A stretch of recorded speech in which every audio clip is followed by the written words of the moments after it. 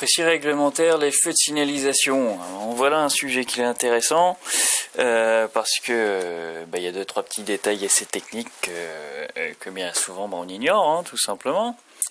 Alors les feux de signalisation, on va commencer par le feu jaune. Ça s'appelle un feu jaune dans la loi, enfin dans le règlement. C'est l'article R412-31 du Code de la route qui nous dit que tout conducteur doit marquer l'arrêt devant un feu de signalisation jaune fixe. Il ne parle pas de jaune clignotant, alors que pour les feux rouges, apparemment il existe des feux rouges clignotants, je n'ai pas encore vu ou que ce soit, mais bon. Bref, c'est pas grave. Signalisation jaune fixe, sauf dans le cas où lors de l'allumage du dit feu, et ça c'est un petit peu important, le conducteur ne peut plus arrêter son véhicule dans des conditions de sécurité suffisantes. Donc après, c'est vrai que qu'est-ce que c'est que des conditions de sécurité suffisantes? Piler, ou bien entendu, piler quand il n'y a personne derrière et que la chaussée,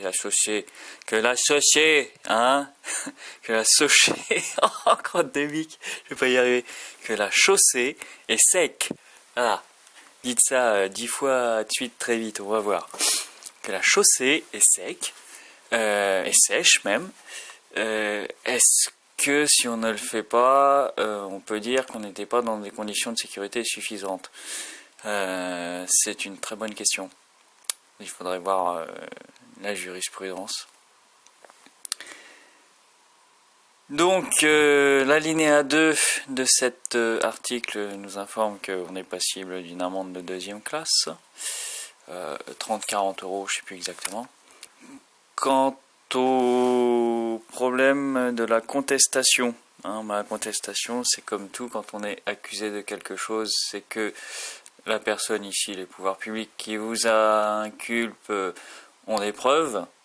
Donc il faut que vous, sur la base des principes généraux du procès, puissiez prouver que vous êtes innocent, tout simplement. Donc après c'est pareil. Je crois que plus ça va aller, plus il y aura de systèmes de contrôle, plus automatisés ou pas, plus on va tous arriver à se mettre des caméras dans les bagnoles, et ce sera bien plus simple, ma foi. Par la suite, l'article R412-30, 412-30, pas 412-3. Celui-ci, il parle des sièges enfants. R412-30, donc pour le feu rouge, l'alinéa 1, il dit tout conducteur, et là j'insiste sur le tout conducteur parce qu'on va en parler dans l'alinéa 3.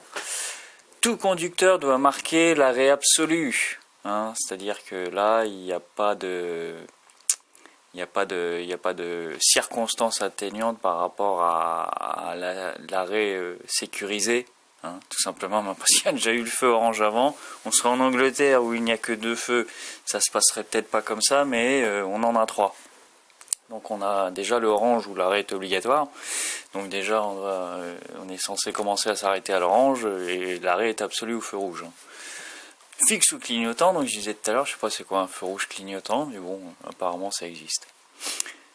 L'alinéa 2, lui, il parle des distances d'arrêt, notamment s'il y a une ligne ou s'il n'y en a pas. S'il y a une ligne, c'est avant la ligne. S'il n'y en a pas, c'est à l'aplomb du feu. Voilà, par exemple, dans le cas d'un litige, justement, si on s'est arrêté ou pas, si on a dépassé, comment ça se passe. Donc, alors, voilà, je disais tout conducteur tout à l'heure, parce que là, il y a un alinéa 3 qui dit que lorsqu'une piste cyclable... Là, j'ai passé un peu du texte, sinon ça fait un peu long. Contigu à un passage réservé aux piétons, dont le franchissement est réglé par des feux de signalisation lumineux.